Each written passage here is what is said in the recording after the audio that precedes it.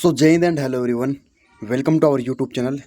तो भाई आज केवीएस एनवीएस के यहाँ पर आंसर की आ चुकी है और आई होप कि आपने आंसर की भी यहाँ पर अच्छी तरीके से आपने चेक कर लिया होगा, अपने मार्क्स वगैरह यहाँ पर कैलकुलेट कर लिया होगा कि कितने के यहाँ पर अपने मार्क्स बन रहे हैं। तो भाई आज हम बात करने वाले हैं कि अब जो आंसर की आई है उसके बेसिस पे हम टीयर 2 की प्रिपरेशन करें या ना करें, हमारे कितने मार्क्स रहने चाहिए सेफ जोन के लिए कि हम टीयर 2 की करें या ना करें। तो देखो, सबसे पहले मैं आपको एक बेसिक चीज़ बता देता हूँ। देखो, आप अगर जैसे आपको मैं एक मार्किंग का तरीका बता रहा हूँ कि काफ़ी लोग क्या करते हैं कि जैसे उनके 70 सही है और 10 गलत है, तो वो क्या करेंगे, 70 सही और 10 गलत, तो वो ये करेंगे कि 10/3 यानी कि 3.33 यहाँ पर अपने कम कर लेंगे। लेकिन इस वाले जो आपकी वैकेंसी है केवीएस की और जो आपकी EMRS कितनी है, लगभग मार्किंग सेम है। मार्किंग इन द सेंस कि उसमें क्या था कि एक क्वेश्चन 1 नंबर का और 1/3 की नेगेटिव मार्किंग है, और यहाँ पर क्या है कि एक क्वेश्चन 3 नंबर का और 1 नंबर की नेगेटिव मार्किंग है। बात वही है, लेकिन आपको यहाँ पर क्या करना होगा, जैसे आपके 70 सही है तो 70 गुणा 3 कितने हो गए, 210। और अगर आपके 10 गलत हो तो सीधा आप यहाँ पर आपको 10 माइनस कर देना है, यानी 200 आपका नेट इसको यहाँ पर बनेगा। ठीक है, तो आपको इस तरीके से यहाँ पर चेक करना है, मार्क्स जोड़ने में कोई भी आप मिस्टेक ना करें। ठीक है, अब देखो भाई, हम बात करेंगे पहले तो इसके जो आपका EMRS का जो रिजल्ट है इसकी क्या अपडेट है, कब तक ये आ सकता है। तो देखो, जैसे अब आपकी केवीएस एनवीएस की आंसर की आ गई है, तो अब ये मान के चल लो कि अब ज़्यादा टाइम नहीं लगेगा। मुश्किल से मुश्किल आने में तो ये इसी वीक में था। मैंने अपने टेलीग्राम ग्रुप में भी डाला था, कम से कम 6 वैकेंसीज़ के बारे में मैंने यहाँ पर डाला था कि इस वीक में ये इन 6 में से कुछ ना कुछ यहाँ पर हलचल होगी। एक था हमारा IBSAMT का, उसका रिजल्ट आ गया। एक CGL के आंसर की था, उसका आ गया। और केवीएस एनवीएस के आंसर की का मैंने अपने ग्रुप में डाला था, तो उसके भी यहाँ पर आज आंसर की आ गई है। और 3 अपडेट और बच रही है, जिसमें से एक हमारा है SSC फेज़ 13 का रिजल्ट, एक है दिल्ली पुलिस SCM के आंसर की, और एक हमारी EMRS का रिजल्ट। तो भाई अगर देखते हैं, अगर आज तो मुश्किल लग रहा है मेरे को आने में, देखो आ भी सकता है और ना भी आ सकता है, देखो उसमें कोई दिक्कत नहीं, लेकिन आपको फरवरी का जो फर्स्ट वीक है उसमें कन्फर्म आपका ये EMRS का रिजल्ट आने वाला है। ठीक है, और इसके बाद में अगर बात करूँ EMRS का जो आपका Tier 2 एक्सपेक्टेड हम क्या एग्ज़ाम डेट अज्यूम कर सकते हैं, तो देखो आप ये मान के चल लो कि फरवरी लास्ट या मार्च, फेब लास्ट या फिर मार्च की स्टार्टिंग में, फरवरी लास्ट और आपका मार्च की स्टार्टिंग में यहाँ पर आपका Tier 2 कंडक्ट करवा लिया जाएगा। ठीक है, अब बात करते हैं हमारा जो मेन टॉपिक है जिसके लिए हमने ये वीडियो बनाई है, वो है आपका केवीएस एनवीएस का। आपकी जैसे कि पोस्ट के लिए क्या हम सेफ स्कोर यहाँ पर अज्यूम करें कि हाँ, अगर हमारे इतने मार्क्स है तो हमें Tier 2 की करनी ही चाहिए फॉर श्योर यहाँ पर प्रिपरेशन। तो देखो आपको मैंने पहले एक एनालिसिस वीडियो भी मैंने आपको बताया था कि कट ऑफ किस हिसाब से यहाँ पर जो ये लोग बता रहे हैं कि 210 220 जाएगी, वो नहीं जाएगी। वो क्यों नहीं जाएगी उसका मैंने रीज़न उस वीडियो में दिया था, क्योंकि मैं अगर आपने वो नहीं देखी तो एक बार उसको ज़रूर देख लीजिए। उसमें से मैं आपको थोड़ा सा यहाँ पर बता देता हूँ। देखो, एक तो आपकी वैकेंसी है, काफ़ी लोग 1312 यहाँ पर इसको बता रहे हैं, जो कि आपकी 1312 वैकेंसी है ही नहीं। आपकी टोटल वैकेंसी 1343 है, क्योंकि 31 वैकेंसी आपका एक कोरिजेंडम आया था, केवीएस की साइट पे देखना, उस पर पड़ा है आपका कोरिजेंडम, उसमें आपकी 31 वैकेंसी इंक्रीज हुई है केवीएस में आपकी JSA के लिए। तो यहाँ पर आपकी 1312 वैकेंसी नहीं, आपकी 1343 वैकेंसी है। ठीक है, और एक RTI जो आपका था, उस RTI में आपका ये था कि आपके JSA में टोटल कितने फॉर्म आपके लगे हैं, तो वो उसमें आपका था 2,10,998 के समथिंग ही आपके, यानी 2,11,000 के समथिंग आपके फॉर्म थे। एक्चुअल में तो 2,10,998, तो हम इसको 2,11,000 कंसिडर करके चल रहे हैं। और आपका Tier 2 में आप सभी को पता है कि अगर किसी को नहीं पता तो मैं बताना चाहता हूँ कि आपका Tier 2 में आपकी वैकेंसीज़ का 10 गुना, अगर वैकेंसी 1 है तो 10 जने यहाँ पर Tier 2 लिखने जाएंगे। आपकी वैकेंसी 1343 है तो आपका Tier 2 लिखेंगे 13,430। हालांकि 13,430 नहीं रहेगा, इससे थोड़ा ज़्यादा रहेगा। ज़्यादा रहने का कारण ये है कि देखो सेम मार्क्स वाले काफ़ी कैंडिडेट यहाँ पर रहेंगे बॉर्डर पे, तो उन सभी को यहाँ पर लेना है Tier 2 के लिए। तो ये समथिंग आप मान के चल सकते हो 13,500, और इससे भी ये ज़्यादा जाएगा। देखना, ये आपका रहेगा 13,700 या 800 के समथिंग में, लेकिन हम फिर भी एक कम से कम 13,500 यहाँ पर मान के चल रहे हैं। अगर इसमें मैं 2,10,998 का भाग देता हूँ तो ये मेरा आएगा 14 या 15 के अप्रोक्स में। उस वीडियो में मैंने बताया था 14 या 15 के अप्रोक्स में, यानी जितने लोगों ने फॉर्म भरा है उसमें से 14 और 15, यानी 14 या 15 में से एक जना Tier 2 लिखने जाएगा। तो क्या सारी जितने फॉर्म लगे हैं वो सारी के एग्ज़ाम देने गए? ये बात भी बिल्कुल सही है कि सारे एग्ज़ाम देने नहीं गए। अगर हम यहाँ पर अटेंडेंस जो पिछली बार रही थी, और जो हर बार देखो नॉन टीचिंग में जो अटेंडेंस रहती है, अगर उसको मैं थोड़ा सा समराइज़ करूँ तो समथिंग आप मान के चल सकते हो कि 45 to 50% के समथिंग है।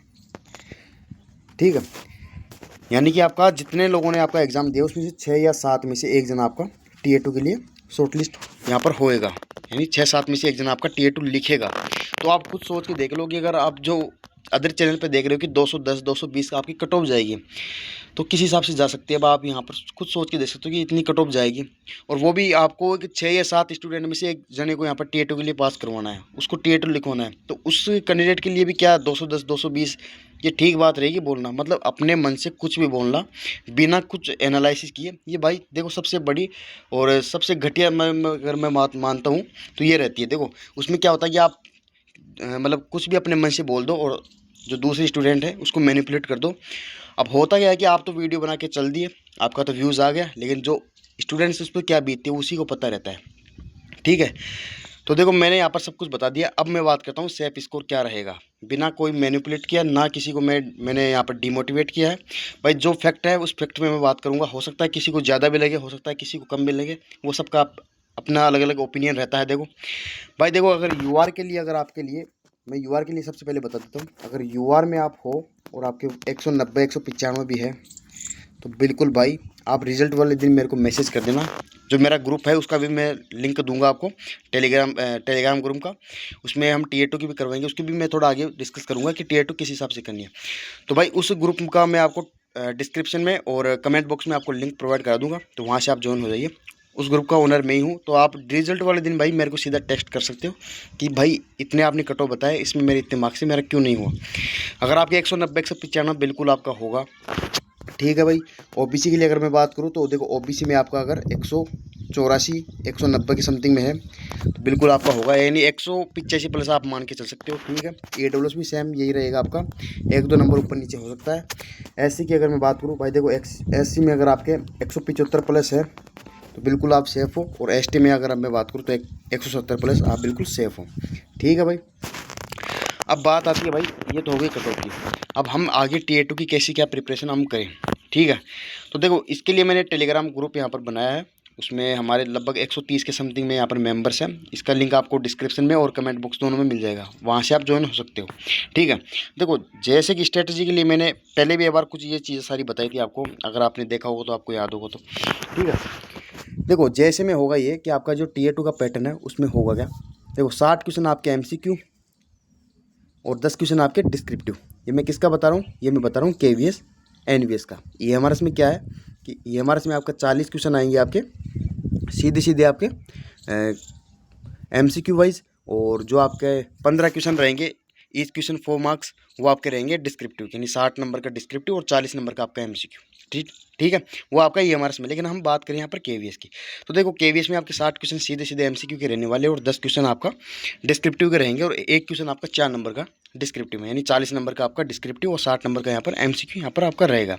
अब देखो सब्जेक्ट क्या है, अगर आपने सब्जेक्ट देखा होगा टीयर 2 के सिलेबस में, तो उसमें आपका मैथ नहीं है। एक तो क्या क्या सब्जेक्ट है, एक तो GK GS आपका, कंप्यूटर है, और एक आपका है रीजनिंग।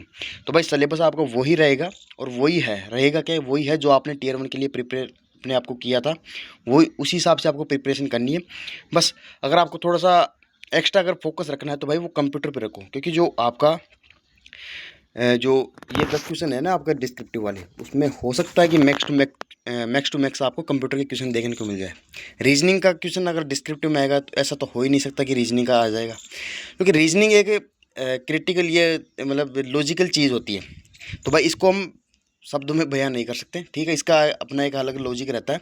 तो भाई इसका डिस्क्रिप्टिव में नहीं आएगा, हो सकता है GK GS के आपको 1-2 क्वेश्चन आ जाए, लेकिन मैक्स टू मैक्स क्वेश्चन, जैसा कि आपका EMRS में क्या है कि आपके 15 क्वेश्चन है सीधे डिस्क्रिप्टिव, और वो सारे के सारे किसके हैं, कंप्यूटर के हैं।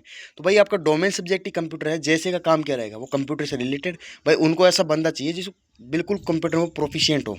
ठीक है, इन्होंने हालांकि सिलेबस में कोई बाइफिकेशन यहाँ पर नहीं कर रखा है कि हम MCQ में ये डालेंगे और डिस्क्रिप्टिव में ये डालेंगे। अगर फर्दर ये कुछ अपडेट करते हैं इसके रिगार्डिंग, तो मैं इसके लिए भी आपको इन्फॉर्म कर दूंगा। ठीक है, तो भाई अगर ज़्यादा फोकस आपको रखना है तो वो एक आप रखो किस पे, कंप्यूटर पे। अगर फिर आपको फोकस रखना है तो GK GS पे आप रख सकते हो, और रखना भी है, क्योंकि जो आपका 60 क्वेश्चन रहेगा MCQ में, उसमें हो सकता है कि आपका 20 क्वेश्चन GK GS के आ जाए, 20 क्वेश्चन आपके कंप्यूटर के, 20 क्वेश्चन आपके रीजनिंग के। ठीक है, जिस हिसाब से आपका टीयर 1 में हुआ था 20-20 क्वेश्चन का सेट, तो इस हिसाब से आपका MCQ हो सकता है, और इस हिसाब से मैंने आपका डिस्क्रिप्टिव को यहाँ पर बता दिया। ठीक है भाई, एक आपका जो जितना भी यहाँ पर ऑब्जेक्शन था या मैंने लिख रखा है वो सारा मैंने आपको यहाँ पर क्लियरली समझा दिया है। ठीक है भाई, और फाइनल कंक्लूजन अगर मैं आपको बात करूँ, देखो प्राइमरी फोकस ऑन कंप्यूटर, ये मैंने आपको बता दिया भाई। प्राइमरी फोकस आपका कंप्यूटर रहना ही चाहिए, क्योंकि आपका EMRS में पूरा कंप्यूटर रहेगा। तो हो सकता है कि इसमें भी 10 क्वेश्चन आपके जो है डिस्क्रिप्टिव है वो सारे कंप्यूटर से आ जाए, और आएंगे भाई। डोमेन सब्जेक्ट ही आपका कंप्यूटर है तो आएंगे क्यों नहीं, जैसे का काम ही कंप्यूटर से रिलेटेड है, आएंगे भाई। ठीक है। और रीजनिंग पर आप इतना रिलायबल ना रहिए, क्योंकि रीजनिंग वही आपकी बेसिक सी रीजनिंग आएगी। अगर हाँ आपको थोड़ा सा बहुत एक्स्ट्रा करना है तो आप सिटिंग अरेंजमेंट या पजल से कुछ क्वेश्चन आप अपनी तरफ से लगा सकते हो। ठीक है। और जीके जीएस में थोड़ा करंट अफेयर्स अच्छे तरीके से कर लीजिए, और वही आपका सिलेबस है जो Tier 1 का सिलेबस था, वही आपका लगभग सेम टू सेम Tier 2 में भी वही सिलेबस है आपका। ठीक है। और ये तो भाई हमारी इस वीडियो में अपडेट। और अगर आपको हमारे टेलीग्राम ग्रुप में ज्वाइन होना है भाई, बिल्कुल फ्री ऑफ कॉस्ट, कोई दिक्कत नहीं है आपको। जो कि आप अभी मार्केट में देख रहे होंगे कि Tier 2 के लिए काफ़ी यहाँ पर महंगे महंगे बेचे जा रहे हैं। तो भाई हम यहाँ पर क्या करते हैं कि एक तरीके से ग्रुप स्टडी हमारी चलती है ग्रुप में। तो आपको अगर ज्वाइन होना है तो भाई डिस्क्रिप्शन में और आपको हमारे कमेंट बॉक्स में यहाँ पर आपको लिंक मिल जाएगा, तो वहाँ से आप ज्वाइन हो जाइए। और मिलते हैं नेक्स्ट वीडियो में, तब तक टेक केयर, बाय, जय हिंद।